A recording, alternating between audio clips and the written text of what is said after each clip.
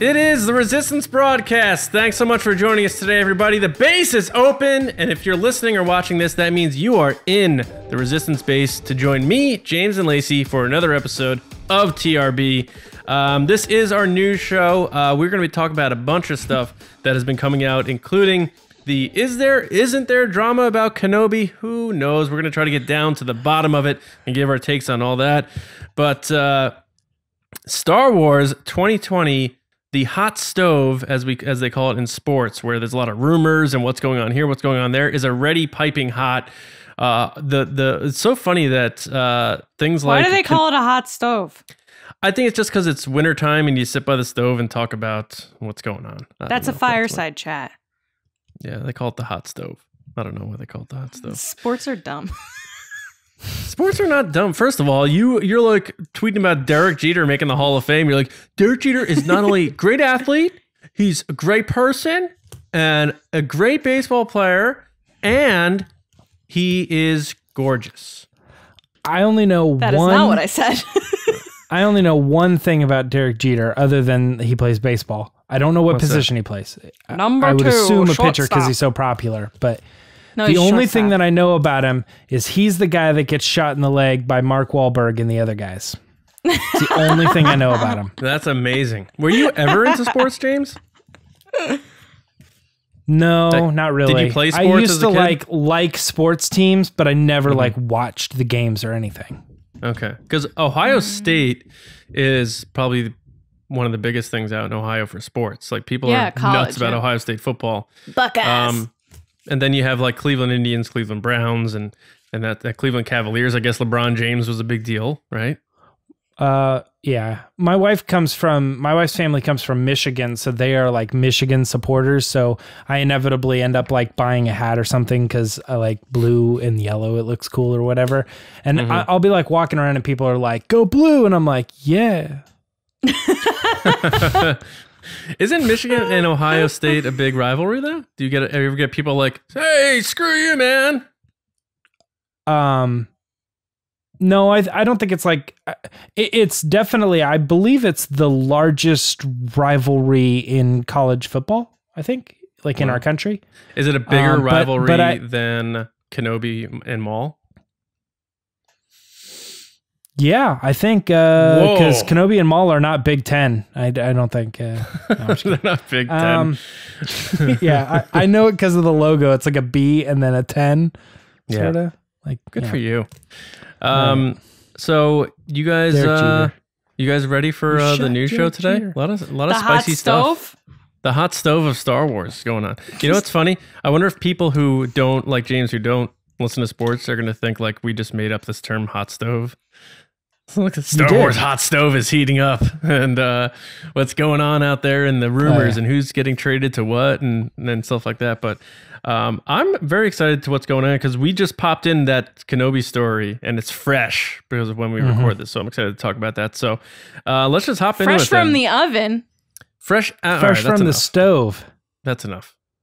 You and your half-baked phrases. All right, James, Resistance report time. Where is Harbor Guy and Harrison Ford as Han Solo? It's the Resistance. It is the Resistance, Han. Yep. Thanks for pointing that out. You know what's funny? It's never not the Resistance. It isn't yeah, I know. It's like every week, that stormtrooper guy's like, "What's that over there?" And it's like, dude, do you not listen to the show? Come on. Yeah. All right. It's a hot stove. It is a hot stove out there, guys. Not to be confused with the fire on Tatooine that Obi Wan Kenobi was sitting next to in the end of Rebels. But speaking of Obi Wan Kenobi, I don't know. Honestly, like you guys have probably already seen the story. We're going to talk about it though. We had show notes. We saw the story that was broke by Collider, and we kind of sat on it. And we're like, I don't know if we're going to talk about it or not. And then it's just there's more people backing up that story. So it started with Collider. Now we're looking at Hollywood Reporter saying, "Hey, yo, this is me and you talking. We're hearing the same thing. This is not leaks on the internet. This is not Twitter people posting pictures of Kenobi and making it look like they know something. This is these are some reputable sites coming out with some stuff here. So, John, you are kind of our head here on as far as Star Wars Newsnet and Kenobi news. Let's talk a little bit about this. I guess delays, retooling of the script, looking for a different writer, possibly moving from 6 episodes to 4. What's going on? So, did you like having a pie in your face or what? I just wanted to. Well, apparently I'm probably gonna have another one now. There's gonna be delays. But next time I'll open my mouth. I'll actually eat part of the pie. Rogue One showed a teaser that was all text. That still counts. It's still a video. James, you Lacey's are going gonna be like, to I get heard someone pie. talking about it. That counts. Yeah, right. I overheard something that counts. Lacey's like, Elliot, can you put a montage of Obi Wan Kenobi up on the screen and we'll just call it a teaser? Yeah. All right. Now, my thoughts on this. I'm trying to put it from the perspective of where the series got uprooted from, which was a movie. And, you know, when we broke the story that they were making it into a series, the report was what we were told. What I was told was that the script was great. So it was never an issue with the script for Kenobi. The script was great. It was awesome. Done. So then they bring in this writer, what's his name, Hossein Amini, to sort of retool it and take it and restructure it as a episodic type of story. So where I think the problem's coming in is Kathleen Kennedy seeing this movie script that gets stretched out to a 6-episode TV series. Even if it's just 30 minutes, you're looking at that's like 3 hours, as opposed to a movie's probably like 2:15. 2:10. So they probably had to stretch it out, add things to make it their own episodic little sequence. She must have not liked that. They're talking about dunking it down to 4 now, which would bring you back down to the time frame of a movie. So maybe they're doing a cutting of the fat, and they want to get down into more of what the feel was for the movie, and maybe More of just a simply mini-series.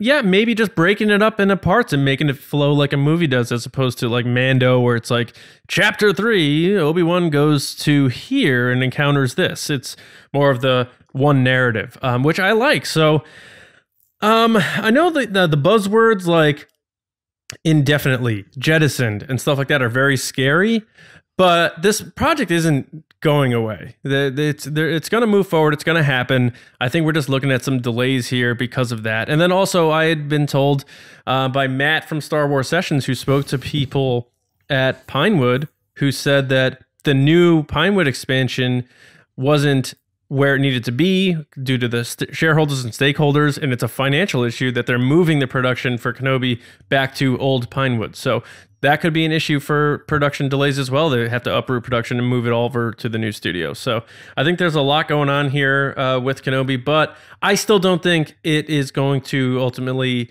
end the project, especially they have nothing in the pipeline for upcoming movies.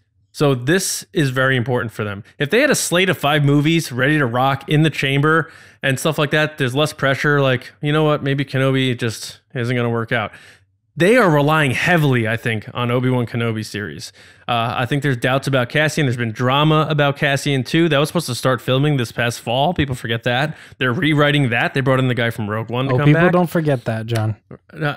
And then you have Mando, which is the only steady thing. So I think they're relying heavily on this project working, and because of that, they'll make it work. But there's clearly issues here, and I don't necessarily think that's for a bad reason. If it's to make it better, then I can wait. We waited for 15 years for Kenobi. I can wait 3 more months. Mm-hmm. So, Lacey, what do you got on this story? Anything sticking out to you that doesn't jive, or does this make sense? So this makes more sense than what people were talking about a couple weeks ago, where they were like, Ewan McGregor's out. Everything is ending. Oh my gosh. Random, no context Kenobi gif because I'm an irresponsible member of the media. Like that kind of stuff is just like unnecessary. And it's just like straight up shenanigans. This is more understanding. Production stuff happens all the time. I mean, if you look at any given production of any TV show or movie, there's always snags along the way. They almost didn't make Back to the Future. They almost didn't make Seinfeld. Like, these are not normal things like this happen all the time. It's just you don't hear about them like you hear about them with Star Wars. So that being said, a lot of the stuff that they've said in this article, we've all heard in rumblings. I've heard from people too, but it's not as serious as everyone's like jumping to the conclusion of. It's more like certain things aren't working, so they're just reworking it. And some of those rumors of the Cassian stuff with the scripts and whatnot is getting mixed in with this Kenobi stuff. And that's where a lot of crossing of stories is happening. So I'm interested to see what, in fact, is Cassian and what, in fact, is Kenobi. Because from my understanding from a couple people is that there are things the streams are getting crossed in the sense of, like, what people are saying about Cassian is getting mixed together with Kenobi's production. And I think what you said before, John, about the production moving locations makes more sense. And that's just a basic delay. Mm-hmm. That's not anything crazy. Ewan's been sitting on this for 4 years. He's not going anywhere. So don't probably worry. even longer, because he was probably like, he's been on board for 4 years, but I'm sure there's years. It just drives me nuts that everybody automatically goes to, oh my God, 911, everything's ending. This is going to be the worst thing ever. Mm-hmm. That's not true. That's not true at all, because a lot of stuff happened with Rogue One and people absolutely adore Rogue One. Mm-hmm. We love Solo. Solo had a lot of problems. It's just normal things for productions, and not just productions, general projects. Like, I'm a project manager in my real life. Projects, everything goes wrong and you just fix it and you keep moving forward. So everyone just needs to take a breath. It's going to be fine. Mm-hmm. It's going to be great. It's gonna be great. It's gonna be great. I hear what you guys are saying about, like, people are jumping to conclusions saying everything's on fire, but I don't think it's anywhere as bad as, because I think people want Kenobi to happen and they're being protective over Kenobi. Sure. So it's yeah. It's like, we hear stuff about Kenobi, and there are people saying it's done, but when people say, it's done or it's on hold or there's problems or whatever, I think a lot of people are jumping and they're like, well, hold on, guys. Let's all chill. Let's take a relax. It's clearly coming, all this other stuff. But then, and I know this because I'm paying attention from a little bit of a different perspective. I don't care about the Kenobi story. I care about the Cassie and the Rogue One story, right? When that looks like it's comes more up, every trouble. time that pops up, that there's like a problem, everybody's like, it's done. It's over. So stupid. Don't know why they were making that in the first place. Never wanted it. I don't know why they were doing it. Oh, that thing's done. It's gone. See you later. Get it out of here. And I'm like, this is driving me crazy. It's the same thing with Rian Johnson. Like, oh, Taika Waititi brought in to maybe direct a movie. Rian Johnson, he's out of there. He's done. They're done. What never made sense in the first place. I hate that guy. I'm like, calm down a little bit. I actually think the Obi Wan fans right here are being a little protective. I think there are people that are saying the project's in trouble or whatever, but I don't necessarily think they're like jumping to conclusions. I think a lot of people are trying to report it as what they're hearing. And the more and more actual outlets are coming out with, yo, dude, we're hearing the same thing. James, what would people say? And I think people are still trying to say, like, they would never cancel my goat. How would people react if they said the... Is that a dig at me? No, it's a dig at everybody who's like, Kenobi's the best character that ever existed in Star Wars ever. I wanted Rey to be a Kenobi. So you're still making fun of me? James became a pro wrestler tonight. Yeah, I know. And just keeps mocking me. Brother. Cassian Andor series is happening in the Superdome with Kenobi. Exactly. I'm gonna crush his bones. What you gonna do, brother, when Cassian Andor runs wild on you? Bonesaw is ready. Yeah, Bonesaw is ready. That's the best part of Spider-Man. We're gonna have a cage S2O match. What if? Imagine, because they're knocking it down. Imagine they do this after all this time. They're knocking it down to 4 episodes, which may be like 2 hours. Imagine they're just like, we're gonna make it a movie again. That was also something that was on the internet. was that they were moving it back to movie. Oh, yeah? I mean, Yeah, I think that'd be so funny. That was one of the things I saw, that they were like, oh, the reason they're reworking it is they're reworking it back to a movie. Where'd you see that? It was just a random tweet or something. Guys, the other thing too. Yeah. Sources. Tom I don't want to give. No, you know what? 975-8765-4309. I don't want to give the source. Source. Oh. The other thing too is like, again, I think people are being defensive over how much content is being created, because it's like Kenobi TV series. Yeah. Oh, it's only going to be like 8 episodes. There's like 1 season. That's good. I love it. Oh, it's going to be like 6 episodes. That's cool. No problem. Ooh, they're retooling it to 4. I really only needed 4 anyway. You know, it's like people are so defensive. I'm like, John even presented it as 4 Snickers 30-minute episodes. I'm like, come on, guys. That's a bad thing. If you like Kenobi, isn't this a step backwards, right? No, I don't think so. I think it's just people want to see more of Kenobi, and whatever they get, they get. He's the GOAT. I mean, Next I'll story, take it. No, imagine. My favorite, though, to cap this off from my perspective, when people are like, when the rumors are going around that Kenobi was leaving, people are like, well, this guy could play Kenobi. I'm like, you are out of your friggin' mind if you think that they're going to recast somebody as Kenobi after all this.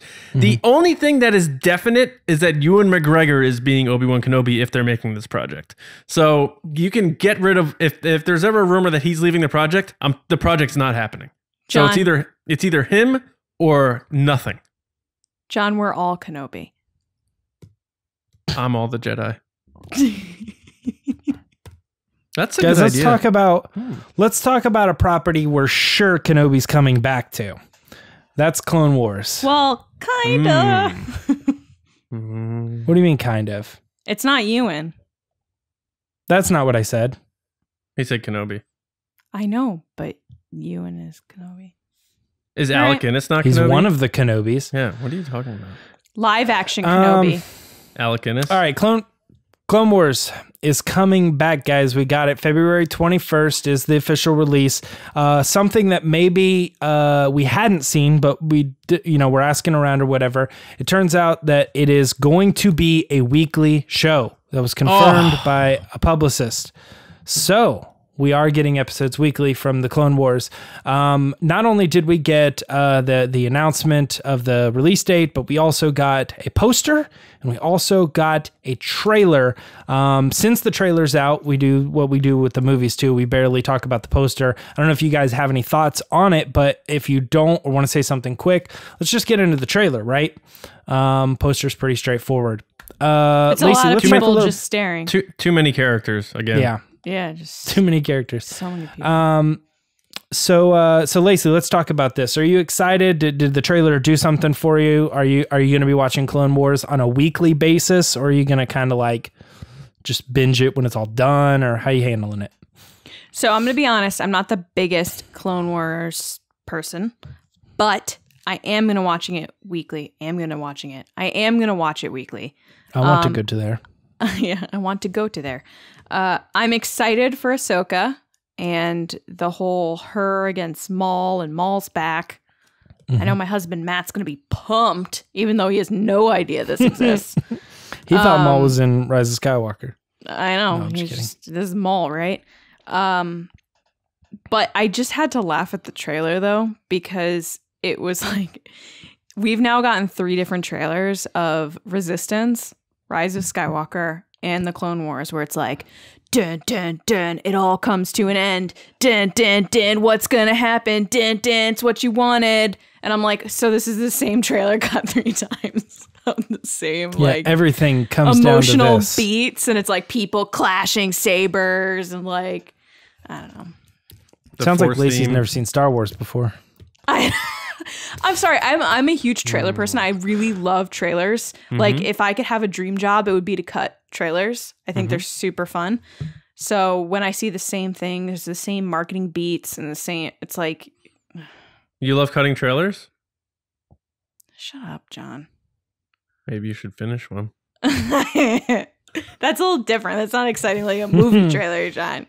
He's talking about our Patreon trailer. Guys, I'm working on it, okay? It's been a long And time. we do a voiceover that starts like this. dun, dun, dun. It's all Everything coming to an end. comes to an end. We'll just use the This final trailer music. That's Dun, it. dun, dun, dun, dun, dun, Do you know what I'm Oh, saying, though? I'm not gosh. trying to be like negative. It was a fun trailer. I enjoyed watching it. There were really cool moments coming, but Yes. it's like that marketing side where you're like, this is the same like narrative that you're painting. Yeah. Is it my turn? John, what do you got on the I trailer? like Ahsoka. Anything else, Lacey? That's my answer. I like Ahsoka. Yeah, I thought it was a good trailer. They definitely went for the dramatic angle. It's in serious mode now. Kind of remind me of Rebels when you compare the early trailers of Rebels to like the final one.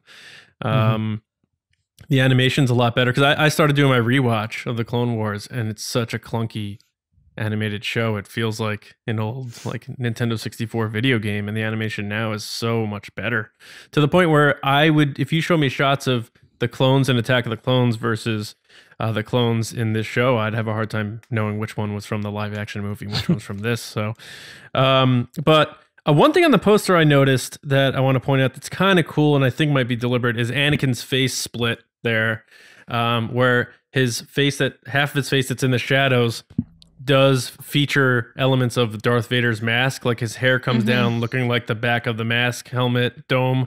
That one slit over his eye is like that one piece on Vader's mask, and his eye is like circled like that, and then the rest is in dark shadow. So I think that's kind of cool imagery, and reminding me of like when Anakin's shadow is cast on the Tatooine homestead, and you see like the shadow of Darth Vader instead, the little Anakin. Yeah. So I think that's cool for the poster. Too many characters, in my opinion. But the trailer itself, a lot of action. It's going to be fun to watch. I know it's 12 episodes. It's going to be compact. Would have been interesting to knock it out in 6 hours on a binge, but I can do the waiting game. Gives us more time to stretch it out and talk about it on the podcast anyway. Now, James, we're thinking this is Siege of Mandalore, and this is going to be we may be seeing things that happen after Order 66 in this, which is kind of weird because it's the Clone Wars, which were supposed to have been for more or less done before the events of Revenge of the Sith. So I guess they're kind of cheating a little bit here, right? No, I don't know think what's the Clone Wars considered are still happening during Revenge of the Sith.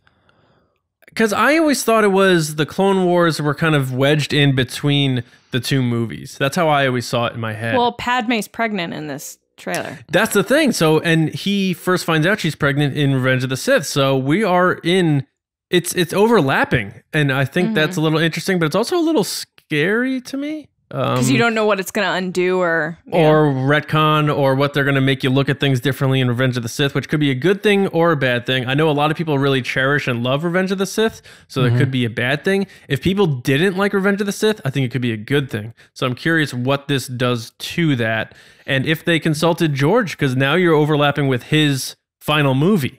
So did Dave Filoni talk to George and say, listen, I want to do this. This is how I want to involve Ahsoka and explain why she was missing. Are you jiving with that? I know you helped create this character, that sort of thing. So these are the types of things I want answered. But overall, I think it's fun. It's the Star Wars content that we're getting right now. So it's going to have the central focus from all fans. The Rise of Skywalker's theatrical run is going to be sputtering to its end. And this will be our focus right now. So I'm excited to watch it, and it's cool. Again, another thing that we can watch right at home via streaming. And but I think I probably would have liked to binge this thing. But again, I'm cool with hammering it out week to week. But James, what's your take? You're the biggest Clone Wars fan out of the three of us, so. I think the trailer definitely gives away that Order 66 is going to happen in the show, and I think a good indicator of that, I mean, we looked at the cues, like, okay, she's pregnant in the thing. I think there's another scene that's very clear. I actually, believe it or not, I noticed this before I noticed the Padme pregnant thing. I noticed she was pregnant right in my first watch, but I didn't put that together, that is proof that it takes place during Revenge of the Sith. The first thing I noticed was there's a scene of Ahsoka on the ship, and she like grabs her head and can like feel something affecting her. And I was like, dude, that's Order 66 right there. And it just kind of, there's a couple other things too. She seems very defensive, and like Rex is down on the floor. That could mean a million things, but I don't know, there's clues out there too with like, people saying we don't know that Rex didn't execute Order 66, but we do know he released his chip. So maybe he goes through with it and then somebody helps him. It's just, there's these little things that's like, it makes you seem that since the Ahsoka novel happens, Ahsoka is going to be the person that helps Rex through that process. He's with her in this season. There's a million other clues we could talk about. But I also just think just overall in general, that's a perfect way to end the show, because just like how they ended that trilogy, where like just right at the end, they drop Order 66 on you. That's the same way they ended, Fallen Order. For anybody who hasn't played it yet, Order 66 is in that game. And it's important, near the end of the game.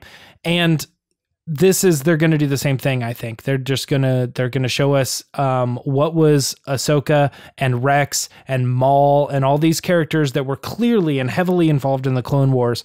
What were they doing when this major event happened? We're going to see the other side and why they weren't in the movie. It's kind of the where was Snap Wexley during The Last Jedi kind of treatment thing. Yeah. Do you think? I'm super excited. Do you think that, because I probably know how you're going to answer this, but I think bringing it up and talking about it's good. Do you think because of the focus on the characters that we know for a fact don't die here, wipes out a lot of the stress and tension and worry and drama of the finale of this series? We know Maul lives, we know Ahsoka lives, we know Rex lives, we know Kenobi lives, we know Anakin, what happens with him. So there's no stakes here for a fan watching this thing. So while it's dramatic, we know where the pieces fall after this. You know what I mean? That's how I feel about it. I literally I can't wrap my head around that world that people seem to live in. I actually have a friend who used to work with me, sat next to me, and that was just constantly something that he said. Like, he's like, not interested. Like, he's 100% not interested in the Cassian show because he already knows the end of Cassian's story. I'm like, what the heck? That's fair. That is fair, though. That is fair. Yeah, but do you know that Temple of Doom took place before Raiders of the Lost Ark? Yeah, but that's a prequel. It's a prequel. It's a different thing. No, it isn't, because you're Indiana just Jones going is on never an adventure dying, with though. this character. They're never killing Indiana Jones. I think they've already said that. I know, but Solo was a prequel. I already know what happened to Lando. What? I already know what happened to Chewbacca. I get it, but that has nothing to do with it. I want to go on adventures, and I don't. Every time, like, James Bond or whatever is stuck in a situation, I go, I don't think he's gonna die, but I want to know how he gets out of this, and I'm interested and I'm intrigued in the events. Yeah. Fair. My only thing is, Solo introduced us to new characters that we did become concerned about. Kira, Enfys Nest, Beckett, other players involved along the ride with Solo and Chewie, where we were kind of like, oh my God, they captured Kira. What's going to happen with her? Is she going to die? So there was that. I feel like with the Clone Wars, we don't really have that. All the big players But that's been the Clone Wars, the whole series. I know that. But my thing is, bridging it this close to these big events and selling it as the end and the epic conclusion. It's like, well, we know the end. So, I mean, we're going to see it, and that's fine. But it's a little different than, how is the Skywalker saga going to end? Like, what's going to happen? The stakes aren't there for me. So while I'm going to watch it, enjoy it, be entertained by it, be like, okay, so they told it the story we know, that's how they told it. Whereas opposed to how are they going to tell the story? So one thing I think will spare it is that there won't be as much backlash because people can't set up their expectations on how things are going to happen because we already know how they happen. So I guess that's a good thing there. So I think overall it will be received really well. That's a good thing to point out too, is that Dave Filoni at past celebrations has told us this story. We already know what's going to happen, not just because of books and stuff, but literally to the extent of like, well, this is why Ahsoka came back. She came back because she saw Darth Maul was on Mandalore, and then they were going to try to trap him. So she asked for Kenobi's help. And then, like he's told the whole story. Like we already know everything that's going to happen. Right. So, but it doesn't matter to me because it's like, that's like somebody coming in and telling me what happens in The Rise of Skywalker. And I would be like, okay, now that I know it's going to happen, but I haven't seen it. I want to see it. I want to go on that journey. That's fair. That's fair. Yeah. Right on. So, yeah. Hi, Lacey. How you doing? I'm okay. Lacey, do you wish it was a binge scenario, or are you down with a weekly? I don't care either way. I think a better question is, since you are like that, where like you don't really feel the stakes of stuff, is that lower Clone Wars for you, or this season? So here's the thing. I'm excited for other people. So when I was in San Diego Comic-Con and I was in the room when they announced it, the reaction it got and people openly crying and stuff, I was hyped for them. And I'm excited for those people to get what they want. Because I hope that someday the things that I want in Star Wars happen. Make Solo 2 happen.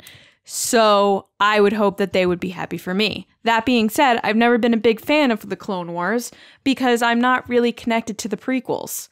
Like, I like the prequels. They're Star Wars. I'll watch them. They're fun. But I'm not connected to them like I am with the original trilogy or the sequel trilogy. So I feel like people that like the Clone Wars are usually the people that grew up with the prequels. Generally. Yeah, no, that's fair. Yeah. Am I excited? Yes, I'm excited for more Star Wars content. I will watch it. I'll probably enjoy it, whatever. Am I as excited as I am for like The Mandalorian? No. Am I as excited as I am for Cassian or Kenobi? No.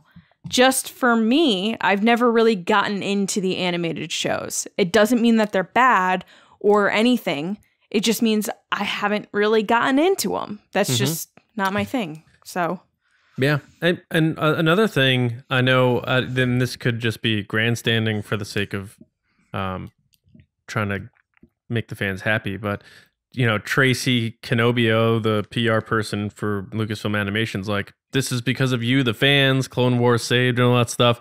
And it's kind of true because I talked to people who were involved with making the Clone Wars and they're like, it is true. Like, these shows weren't sitting in a can somewhere just not being released. Like, the fan desire and want for this to continue was a big part of this. It was canceled. Which is awesome. It was canceled at one point. They do listen to the fans, which brings me to Solo 2. Like, it's a real thing. And, if fans are passionate enough about it and keep banging the drum and saying why it makes sense and that sort of thing, they're aware of it. James, as you pointed out, even people at the top of the food chain are well aware of it and stuff like that. So don't ever give up hope. Fans' voices are very powerful. So that's all I'm going to say. And even if you don't care about it, like me, you still support the other fans that do care about it. Because if they get what they want, then you eventually get what you want. Yeah, and we all get what we want. It's all great. I hope that people didn't leave this being like, Lacey sucks. Sorry. No. They already knew you sucked. All right. Rise of Skywalker. Burn. Well, I love you, Lacey. It's been fun. It's been fun. I've had quite a run here. No, we do James, have a little bit of a... That was a very rotten comment. Yeah. We do have a little bit of a negative story. I don't want to say it's a negative, but let's talk about it a little bit. The Rise of Skywalker is the lowest rated Star Wars film by critics on Rotten Tomatoes. Now, of course, this doesn't include the Clone Wars animated 18%. We were just talking about it. Apparently, people didn't like that movie. I don't know what they're talking about. I skipped it. No, I'm just messing. But no, Rise of Skywalker, lowest rated critic score on Rotten Tomatoes. John, what do you think about this? Why do you think critics didn't like this movie? I don't know. I don't know. I love the movie, so it's hard for me to say. But 52%, and then I look at other movies and stuff, like the new Terminator got like 70%. Attack of the Clones has 65%. Other bad movies that weren't that great. The Terminator one kind of makes sense to me, though. Dude, Jay and Silent Bob Reboot, which I love Kevin Smith, and I love that whole universe. I'm a huge View Askew fan. Got like 70% on Rotten Tomatoes with critics. And that movie is ridiculous. Like, it is not a good movie. So to say like this movie is I feel like they went into it rating it as, I'm rating it as a Star Wars movie, not rating it as a movie. And I think that's unfair to do that, because if you're a critic, you're supposed to rate it as a film and as a movie, not as I'm just rating it as a Star Wars movie. So it's weird to me that it's at the bottom of the barrel when you really think about the other movies from the saga. So I don't know if it's like a reactionary thing to The Last Jedi where they all loved it and the fans were mixed on it. Now it's the flip where the critics are mixed on it, but most fans seem to have taken to it. So I don't know. It's a very perplexing thing to me. But 52% means half the critics liked it, half didn't. Whatever. I mean, I really think the day of critics isn't really a factor anymore. I don't know anyone that I talk to that it's like, well, you know, Jerry blah from the Tribune said this movie is blah, blah, blah. Because it used to be, you would get the newspaper, open it, and there'd be your critic reviews of the movies. And that's how you got your information whether a movie was good or not. Now we have so many different outlets and personalities and media and ways to absorb what movies are going to be about, to the point where you know whether you're going to like a movie going into it. So I think the era of critics is dead, in my opinion. I don't think it matters. I don't think what they say matters at all. And whether a movie gets good reviews or not by critics doesn't hold the same weight to me as maybe it used to, when it was did this one get 4 stars or 3 stars or 3.5 or 2? And now it's just like, what? They did 50%? I don't care. So that's where I'm at with that. Whatever. Lacey, what do you got on this one? I'm calling full shenanigans on this. This is absolutely ridiculous. You've been using shenanigans a lot lately. This is shenanigans. So you're telling me that the Attack of the Clones is sitting at 65%? Look, if I could drop F-bombs on this show, I totally would, because that is dumb. You're telling me that movie where he talks about sand and then they awkwardly hang out together, and then, because we just watched this, is better than The Rise of Skywalker, and that The Phantom Menace is better by 1% than The Rise of Skywalker. Look, I get it. You're a film critic. You want to seem edgy and say, oh, The Last Jedi is super artsy, therefore it's better, therefore this movie sucks. You can like crappy movies. It's okay. And this movie isn't crappy, but if you think it's crappy based on film Twitter, then like, why are you a critic then, if you're only going to like the stuff that's artsy? I'm sorry. I'm calling shenanigans on this. This is a bunch of people that are like, oh, poor Rian Johnson, I'm going to tank this movie. Well, it didn't work. It made $1 billion, so you failed. But I don't think that this is a fair score. I don't think people went into this movie giving it a fair chance. And it makes me angry, because I think you should go into it with just, let me look at this as a movie, and not as, oh, well, how does it compare to The Last Jedi? How does it compare to this or that? Because if you're comparing films, there's no way that Attack of the Clones is better than The Phantom Menace or The Rise of Skywalker. Thank you for coming to my TED Talk. I'm done. Spicy. Yeah. I think that's the spiciest say, I've ever gotten on this show. I wouldn't go that far. What? Let's not talk. Top 3. Top 3. I would say this, that first of all, I think, John, you're wrong, but you're so close. I think that... Thanks, buddy. I think that people absolutely... I think the day of criticism of movies and movie reviews is absolutely 100% still here. It's not dead. The difference, though, is that I don't think people look for a specific source. They go straight to Rotten Tomatoes, which is an accumulation of all sources, or maybe like not Metacritic, but maybe Metacritic, but the other one too, Cinema Score. But it's like there's only like a handful of them that people go, what's the general? What do people like or dislike about this? And then I think that actually Hollywood in general kind of pushes back against Rotten Tomatoes a little bit, because they're like, dude, if we don't get a good Rotten Tomatoes score, our movie's done. Millions out the door. Like, I think it's almost become a problem. People need to go back to finding their one critic that they trust their point of view on, and then go see movies based on that anymore. But any days today, somebody could really like a movie, but if it didn't get the thumbs up or you know, it gets a squash tomato, then people are just like, I'm not going to go see it, and that movie's doomed. Okay, yeah, I don't know. That's my point of view on that. As far as the Last Jedi thing to Rise of Skywalker, I speculated on this when it first came out. I could be totally wrong, but I think there might be a little truth to. Critics came out of The Last Jedi and they said, we loved it so much. And then there was this huge like fan backlash, and they were like, critics are dumb, and they like attacked people specifically.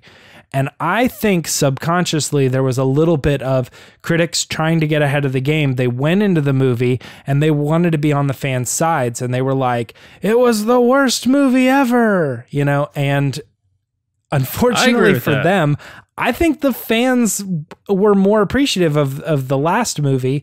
So then they got the backlash again of like, why is there a divide here between what the critics are understanding and stuff too? I agree with that take. I think it's possible that there was a bit of a influence from the last carryover, like you're saying. Yeah.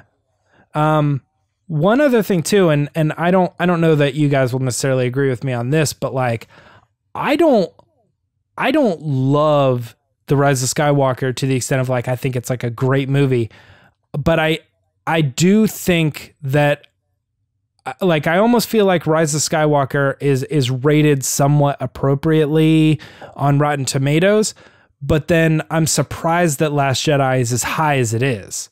Like, I'm not saying that Last Jedi is bad, and I'm not saying that Rise of Skywalker is bad. I'm just saying something does seem a little odd that, like, why is this one rated so high when it should be pushed down? And I almost feel like Rise of Skywalker is so low when it should kind of be pushed up. Like, I feel like they're kind of equivalent movies.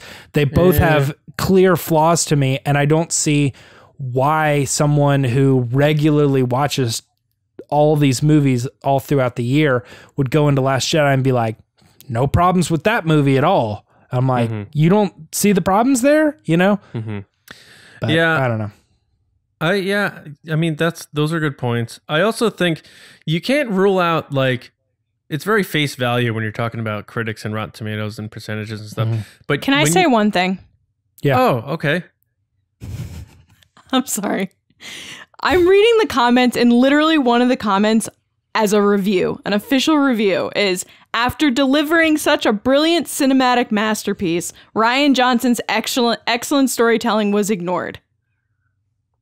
And I mean, I think people think that, you know what I mean? And I feel like from a certain point of view, that's a valid perspective, but it's also, I don't know. Yeah.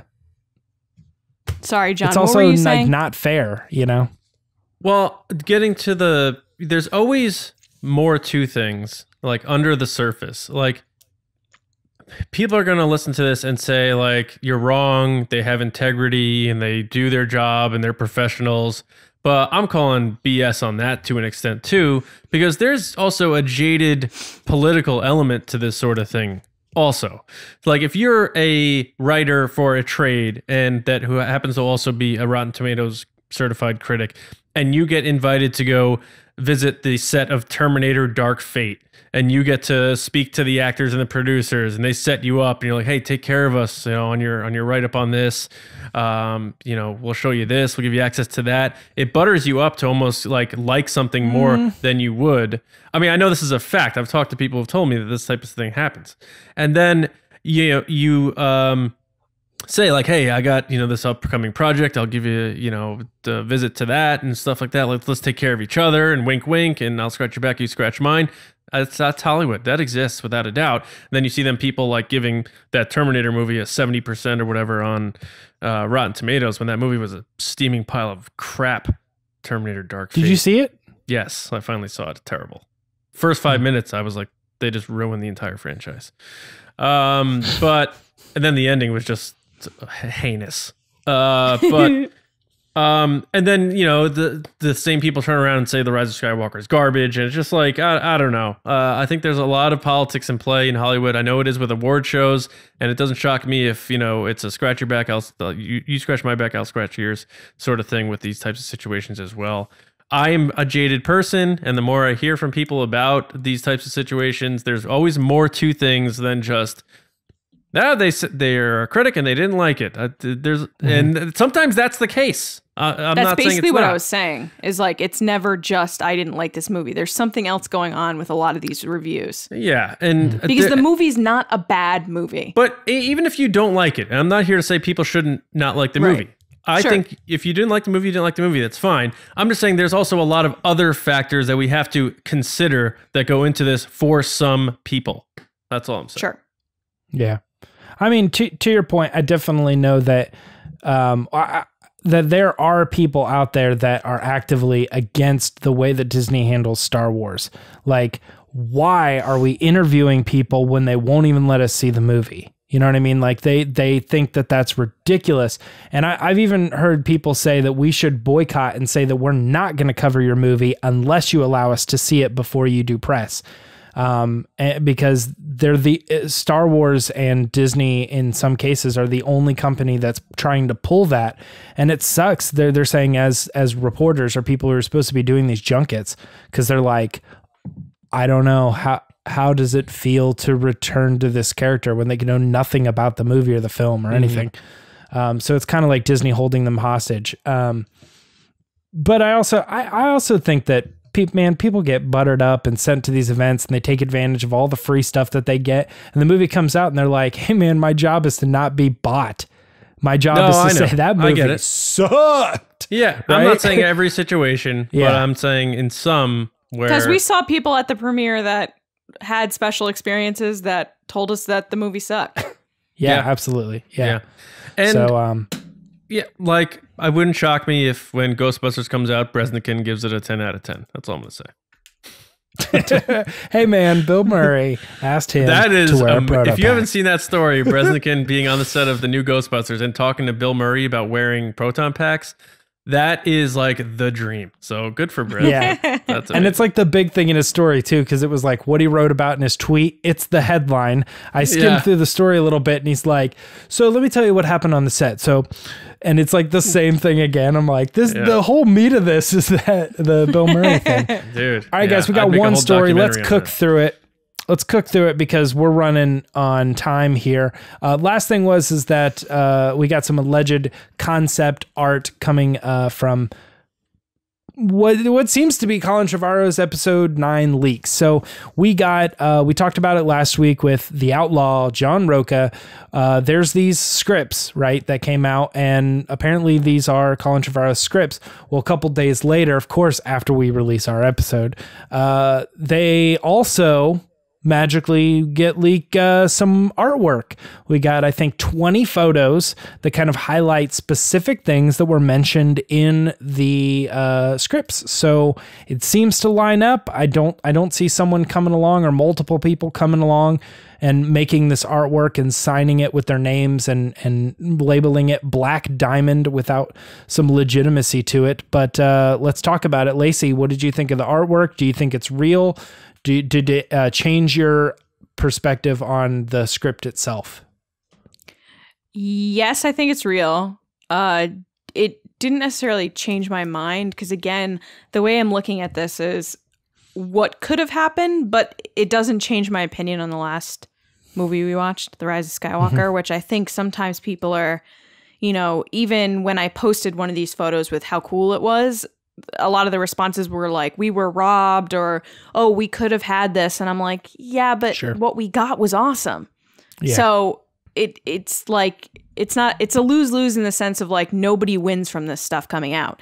That being said, I like to think that, Colin Trevorrow has a content schedule that he's got going with releases and he's publishing stuff in Hootsuite and like getting it ready to go and stuff like that. The entire road to Duel of Fates has been leaked. It's like 5 novels, a couple comic series. Yeah. Yeah. So my favorite image, which was the one that I tweeted, was Luke grabbing the lightsaber as a Force ghost. I just thought that was like one of the coolest images in this collection, but like also in concept art. Like the idea that a Force ghost can physically grab a lightsaber and it's like sparking and stuff. Like to me, that was just like a power move that like might have been ridiculous in the movie. We talked about this with Roka a little bit. James, you specifically said, hey, it sounds great on paper, but like when you see it, it might be dumb. That might be the case, but this image is just super cool to me. Okay. Can I jump in real quick? Sure. Because this is the perfect time.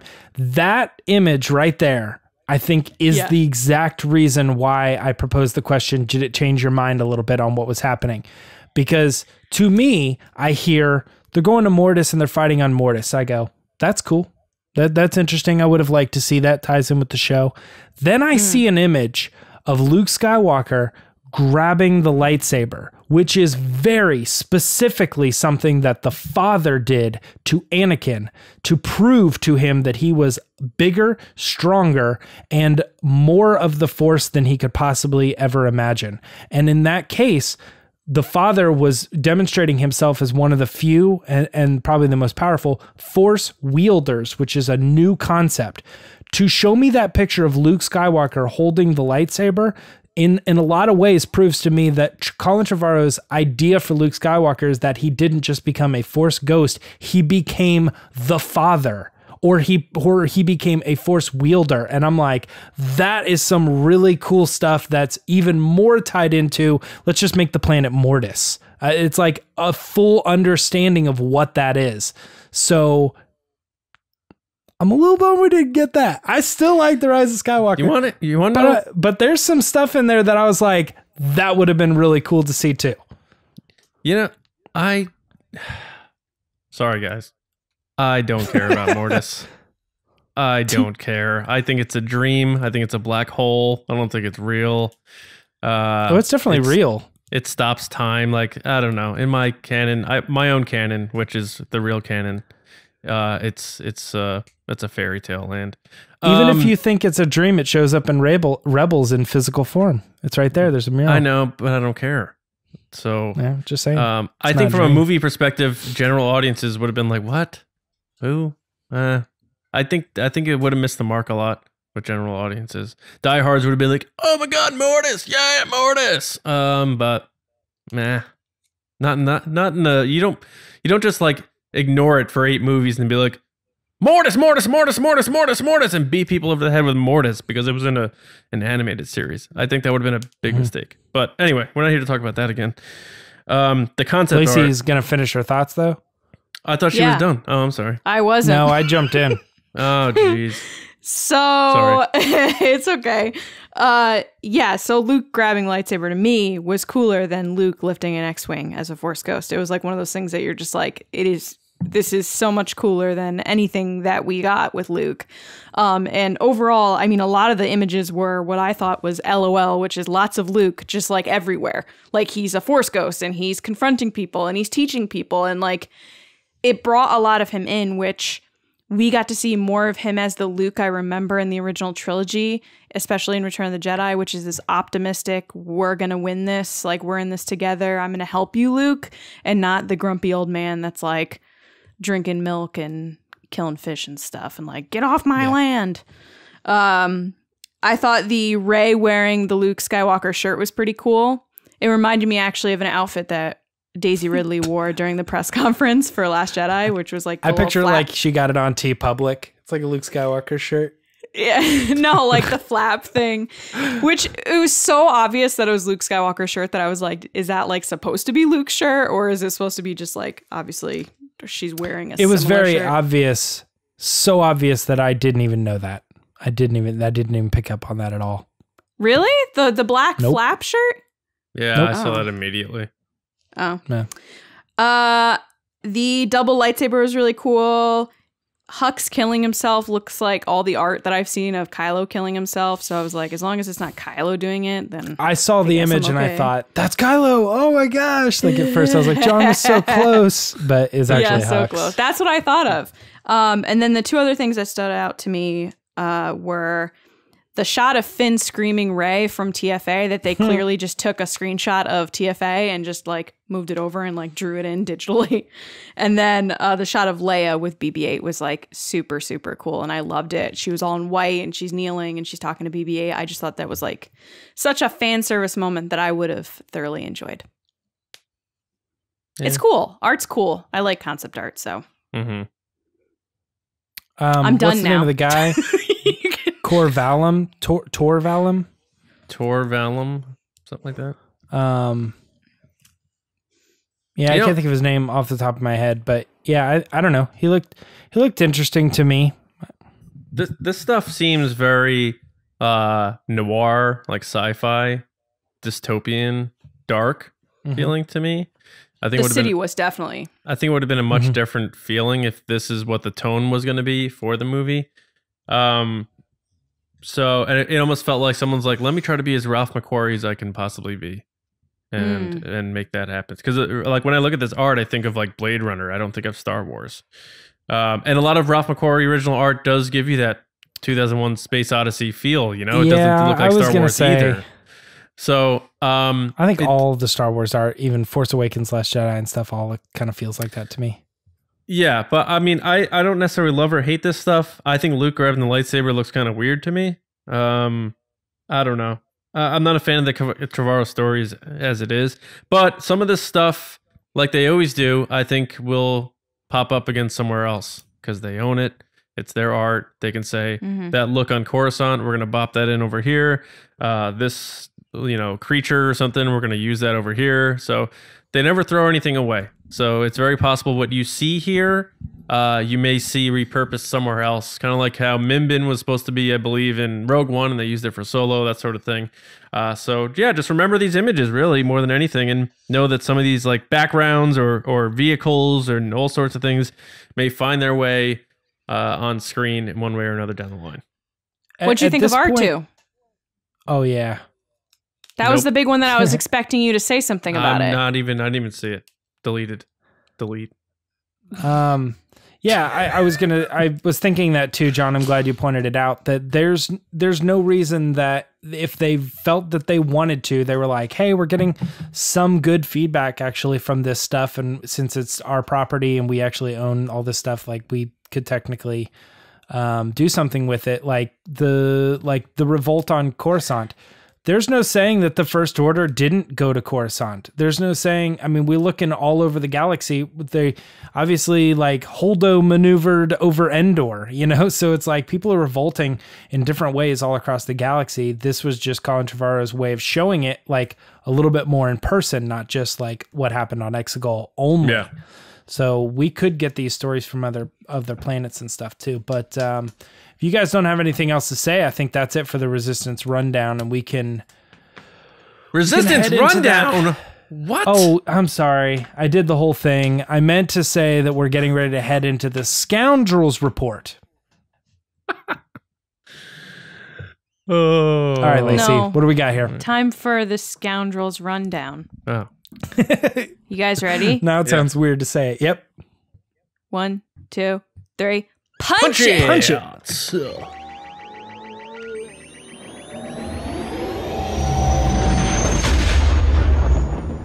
It's been a while. Okay, guys, for our patrons over on patreon.com/resistance broadcast, our Attack of the Clones commentary is up.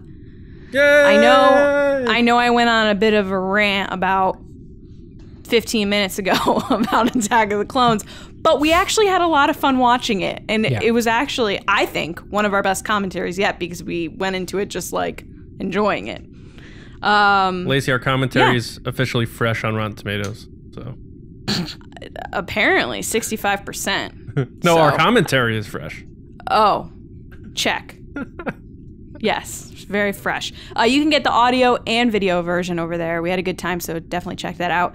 And speaking of commentaries, we're almost going to hit the next one, which is kind of crazy, which would be John's favorite of The Empire Strikes Back. That's going to be a big movie for you, John. We're going to have to set like time limits for you to talk. Otherwise, it's just going to be a John commentary.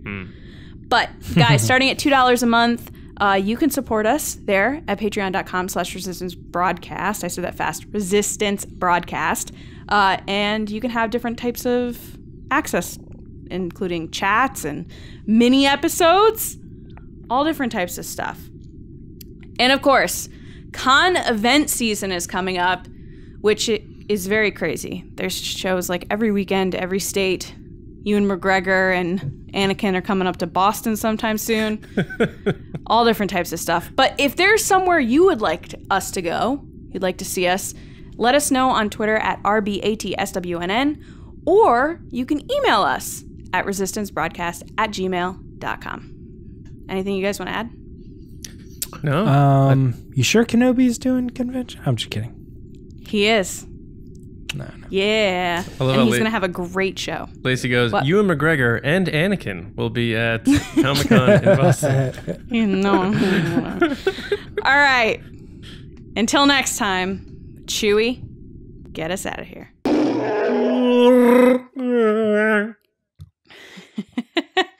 All right, guys. It is time for Ask the Resistance.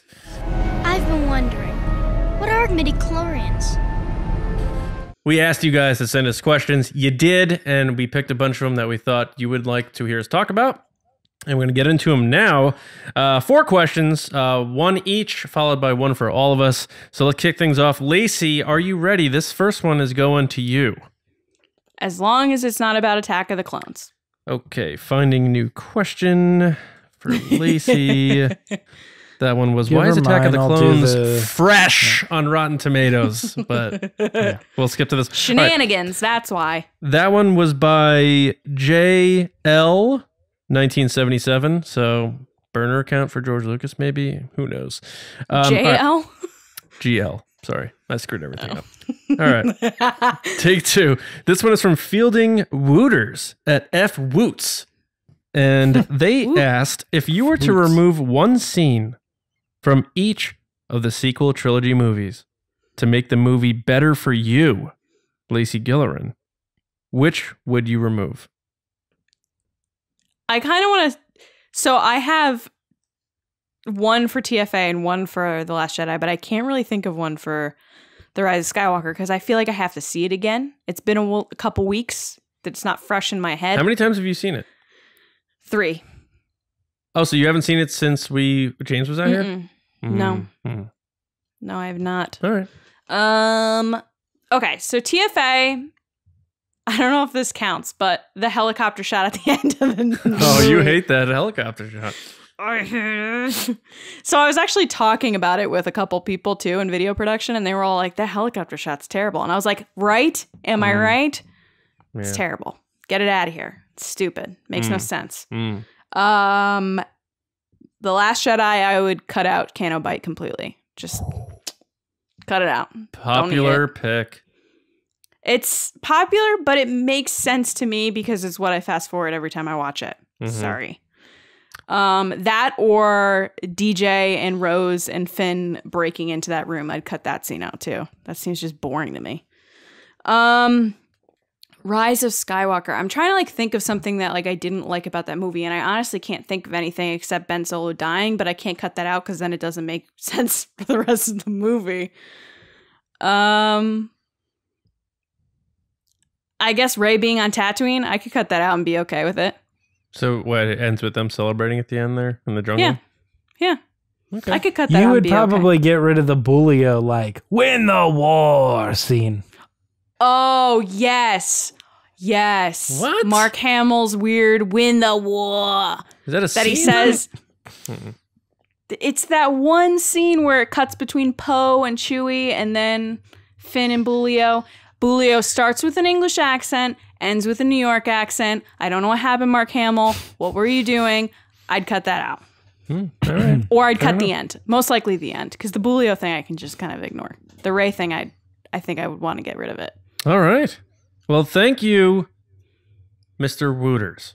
All right. Next, James. This is from John Riley.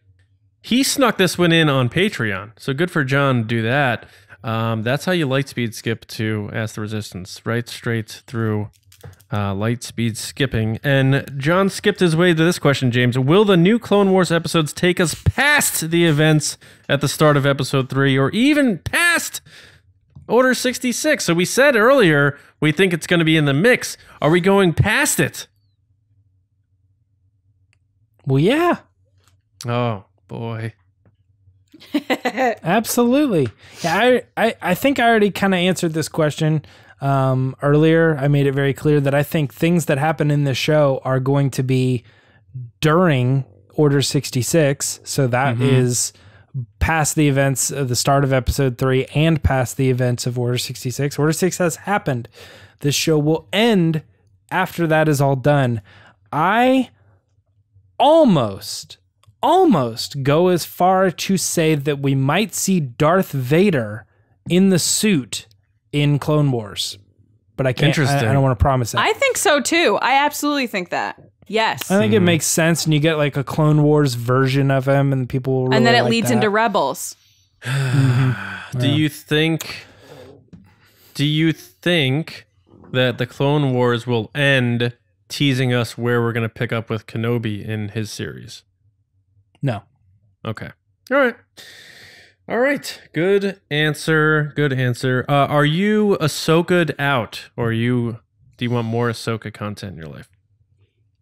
I mean, I'm fine with Ahsoka. I'll say that I would rather see later Ahsoka than this version of Ahsoka. But clearly, if they're gonna tell the end of the story and stuff, this to me is not like Star Wars decided to go down that route. They're like, you know what we really need to do? We really need to end the Clone Wars. I think they were just like, we know you guys want this, so we're going to do this on a side thing. But that wasn't our vision. You know, I think they have the stories and the directions that they want to go. I think this is just like a one for us, and then we'll do one for you kind of thing. Right on. Which could be the Rebels thing too, the sequel Rebels as well, you know. Allegedly, yeah. Yeah. All right. Thank you, John Riley, for that question. Thanks for being a patron. All right, next, Obi Wan Kenobi at Star Wars Dude 65. So this was, I believe this is the guy who, correct me if I'm wrong, was wearing the Makes It All Too Happen shirts at Who is it? Galaxy's Edge. Star Wars Dude 65. Sounds familiar. I think he was one of. There's a couple people. A couple people have that shirt. All right. He asked, after The Force Awakens, there was quite a bit of speculation around Rey being a Palpatine, since her fighting style with the lightsaber was very similar to Sidious in Revenge of the Sith. Do you think this was an intentional clue as early as TFA, or just a coincidence? All right. I think this was just a coincidence. I don't think there was ever a plan for Rey to have been a Palpatine until JJ took over episode 9. If you put a gun to my head, when JJ wrote The Force Awakens, if his plan was to make Rey not a nobody, this will make Lacey happy. I think in his mind, he had Rey being a Kenobi. Yeah, he did. But things change. He took a different route. They saw Rey in The Last Jedi going straight to the dark. A lot of her character development in The Last Jedi has to do with her instincts being dark, her anger being intensified.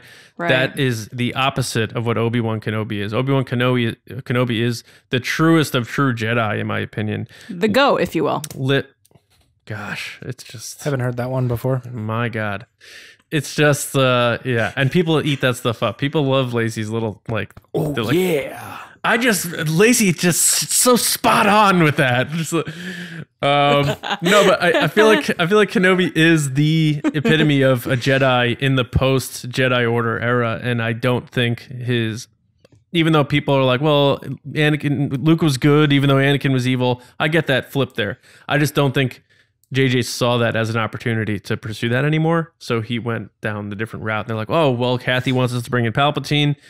If we make Rey tied to him, we can make that parallel and then make that fit. So I think that was his call there. So I think it is a similar fighting style. And now, art evolves based on how we see it and based on how holes are filled in. Now, when I rewatch TFA as though she is Palpatine's granddaughter, I can make those connections myself. I think George Lucas benefited from fans' interpretations of his stories to make him look more like an artist than he really was. I think that's the beauty of being an artist, is that when people point things out, they're like, did you mean to do this? If it's a smart thing, you're always going to be like, oh, yeah, oh, yeah, that's why I did that. Are you kidding me? But in this instance, I do not think it was a plan. So thanks for that. And now the final question. We're all going to take a crack at this one. So at Matt Phoebe Pod. So a master and an apprentice. They asked us, with the release of the final season of the Clone Wars next month, what is the Clone Wars legacy to the overall Star Wars story to each of you? Hashtag Clone Wars saved. I can't wait till we can use hashtag made Solo 2 happen, guys. I'll start. I'll give my take real quick. The legacy of Clone Wars to me is Ahsoka Tano, I think, because that show introduced her. It developed her from a young Padawan into this BA Jedi hero. And if you compare the Clone Wars to the prequel movies, she's the one thing that stands out beyond the others that are involved in the movies. So I think the legacy of the Clone Wars is the development of that character. It's become a fan favorite character. So I think if you look at the Clone Wars years and years down the road, people are going to say, like, what's the standout and the highlight from that series and its contribution to Star Wars? I would have to say it's plain and simply the character of Ahsoka Tano. Whether you love or dislike the Clone Wars, I like it. I don't love it. I don't hate it. I think that would be the standout there because she has transcended beyond that show and moved on to other things. And I think they made books and stuff like that. So it's like when you have a boy band and the one person goes off and becomes the Timberlake, Justin Timberlake, and the rest are on the shelf. That's Ahsoka. He said boy band. Yeah. I know, but he's talking about a girl, so I gave a girl example. Yeah, either way, girl band, Spice Girls, I don't know. Did one of them become famous? You get the drift. But yeah, I think Ahsoka Tano. What about you guys? James? Well, you 100% stole mine. Oh! That's exactly what I was going to say. And Lacey's kind of like, oh my God, because she was already shaking her head at John. So I will risk stealing Lacey's, and I will say Darth Maul. I think that when no, I didn't take Lacey's. I will say that when people talk about the Clone Wars, they always refer to it as the thing that brought Maul back or saved Maul, or anytime Maul's brought up or referred to from someone who only watches the movies, it's like the first thing they go to. Well, yeah, but there's this other thing, and they totally brought it back, and he had these spider legs. That was what I heard for years and years and years before I started even watching it. I was like, apparently Maul's still alive. I don't know. He's like running around with spider legs or something. And straight up, like that's kind of what happens. Yeah. You know, the whole like stuff with Mandalore and all that, and the Darksaber and all that. I really think that Maul is it's like Clone Wars saved, but it's like Maul saved. It's like they were like, what a wasted opportunity. All right, we'll fix it. We're going to bring him back. That's fair. That's a good answer. All right, Lacey, I'm anxious to hear Lacey's answer because she's going to have a good one, since considering we had two good ones. And you can't say. I'm going to say Ahsoka. Oh, okay. And the reason because... you really? Oh, because you were shaking your head because he took yours. Yeah. The reason because is... The question is something like, what has it done for Star Wars? Outside of just Ahsoka being a character, Ashley as a person has changed Star Wars, because you had a character that everyone hated at first. Everyone hated this character so much, and they were like, get this character out of here. She's the worst. And she stood up and was like, no, I care about this character. This character's great. I'm going to stand by it. And then on top of that, she then changed the fashion industry and said, oh, you're not making stuff for girls? I'm going to start making stuff for girls because you should all be paying attention to that. And she changed it. No one was doing any female Star Wars fandom stuff until Ashley. And she has built this dynasty empire of representing what's everything good about fandom and standing by what you believe in and standing up for people that believe in a character so much that she believed in and just being overly positive and focusing on what's important. And that's why Ahsoka's the most important out of Clone Wars. All right. That's Also, too, just in general, the whole like it makes the prequels better is a real thing too. Yeah, that's Sure. fair. That is fair. Yeah. Yeah. All right. A lot of Clone Wars talk in this episode. We don't talk about Clone Wars goodness. a lot. Yeah. All right. So that does take us to the end of the show, though. So I want to thank everyone for listening and watching, being a part of the Resistance, joining us in the Resistance base today. We hope you had a good time. If you're new, make sure you are subscribed to us. You can do that very quickly and simply on Apple Podcasts, SoundCloud, Spotify, YouTube. If you are watching on YouTube, get involved in the conversation there. You'll notice that people like to continue the narrative and point out things from the episode in the comments and have exchanges. Get involved. And honestly, truthfully, the more comments and discussions you have on there and more you pay attention to our videos, the more we grow and more people find us. So we really appreciate that. You and your spreading of the word of the Resistance broadcast is what has been helping us grow. So please don't take that for granted. Please spread the word. Keep telling your fellow Star Wars fans about us, because believe it or not, even though you know us and you love us, a lot of people don't even know Star Wars pods exist. So please keep spreading the word, telling your fellow fans. We appreciate that. Make sure you are also going to StarWarsNewsNet.com every day for your latest Star Wars news, reviews, editorials, information, and more. I want to thank our patrons over at Patreon.com/Resistance Broadcast. You heard Lacey talk about it before. We have 5 tiers starting at just $2 a month.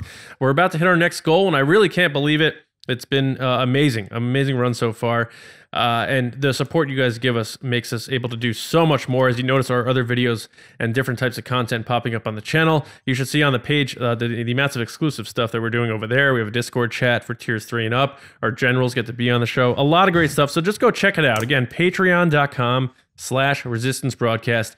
If you want to sign up, there's 5 tiers for you. Pick one that's best for you and join us. We really appreciate the support. Thank you so much. I do want to say a special extra general thank you to our generals, and that is Mello, Brian Shalito, Andrew Staley, Neil Lowry, Jeremy Myers, Neil Shaw, David Probus, John Reese, JG Kars, Seth Kime, Micah Harrison, Tampa Movie Guy, aka Gary, and Michael Gaines, and of course, Val Trichkoff. Woo! What a list. Thank you, generals, so much for all of your support. Make Solo 2 happen. You guys know where to find it, tpublic.com/user/resistance broadcast. We may have a new shirt coming your way. Very excited about it. And if it's not out yet, say, James, finish the shirt. You guys can find me on Twitter. It's not him holding it up. It's me. It's all of us, really. It's not his fault. You guys can, it's jokey time. It's none of our fault. It's all of the Jedi's fault. That's true. That's true. You guys can find me on Twitter at Johnny Hoey and writing and editing at StarWarsNewsNet.com. James, how about you? Twitter and Instagram at Myra Trunks. Lacey? People can find me on Twitter and Instagram talking about how Kenobi is the ultimate GOAT at Lacey Gilleran. Among other things, right? 10K. 10. Stop. Okay. You're being so... Guys, we hope you have a great week. We're coming back to, we took a break last week when we had John Roca on, but our sequel trilogy character discussions are picking up again this Thursday. And this time, speaking of all the Jedi, James, we're going to talk all about Rey and her arc from TFA through the Rise of Skywalker. So get your scavenger selves ready, and we're going to have a good time. And until then, we'll see you next time on the Resistance broadcast. See you around, kids.